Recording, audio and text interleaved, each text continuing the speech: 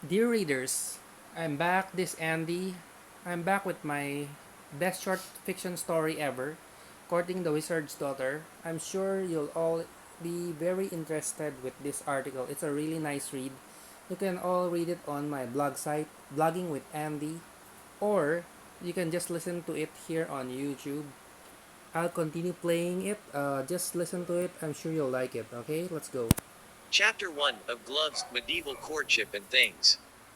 Upon opening a very old box that I bought in a garage sale, I notice inside the box some very old manuscripts. I came upon a small booklet that details the life story of one Rafael Garcia.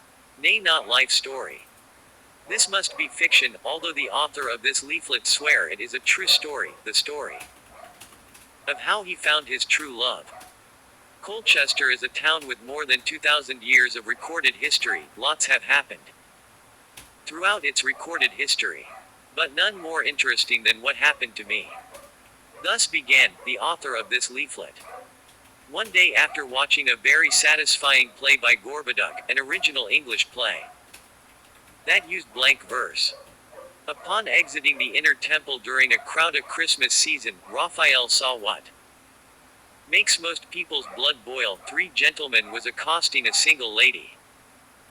In this case, the term gentleman was used very loosely, for the action of these three gents must surely not be the action of any gentleman.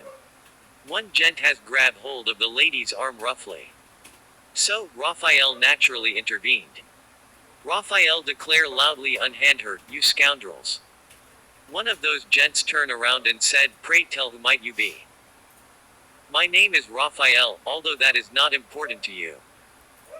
What is important is you unhand her or face the consequences of what I shall do to you." One of them came at him and threw a fist at his face. He dodges and gave him the old Garcia counter punch. Straight to his nose. Raphael added a right cross and he was down. The other two guys went at him, not wanting to fight three men in a prolonged fight. He deftly moved to the left of the guy on his left, and as he swings his fist at him, he dodged and gave him an uppercut. He went down. The last guy was a much better puncher, but at last he lay on the floor immobile.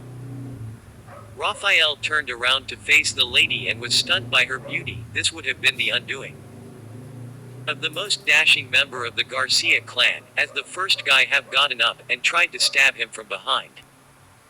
The lady's face changed and pointed. As I turned around and saw the flash of the knife, he knew it was too late.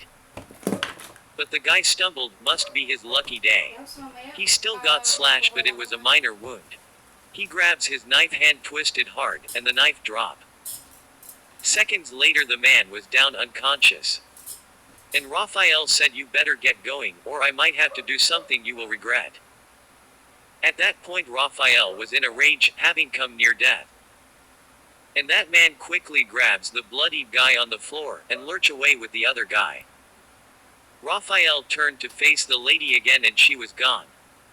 A few days later, upon exiting the Boke of Cokery, after consuming more than a few of those delicious pies, Raphael saw her again looking at him with a smile, and Raphael must say that smile made the wound on his back feel absolutely worth it. She said, "I am sorry for leaving a few days ago, after you saved my life no less." Raphael said, "I understand it was a frightening situation, what with knife and blood and all." She nodded, but she didn't look at all frightened, which surprised Raphael. She said her name was Isla Grenz. Raphael never heard of any Grenz around here, though he knew a great many people in the surrounding towns and villages.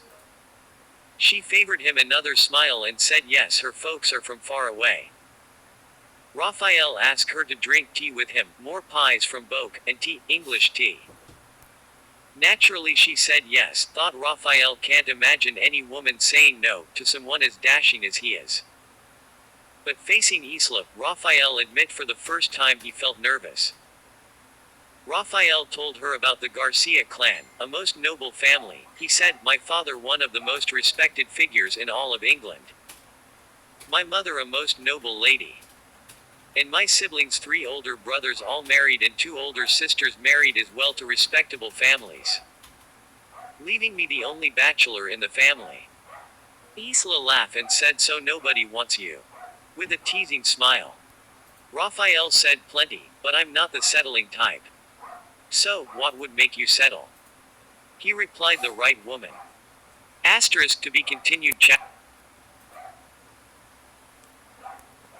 Hey, so that concludes this first chapter, and I'll continue with chapter 2. Okay, so I hope you enjoyed this article. Okay, thank you very much.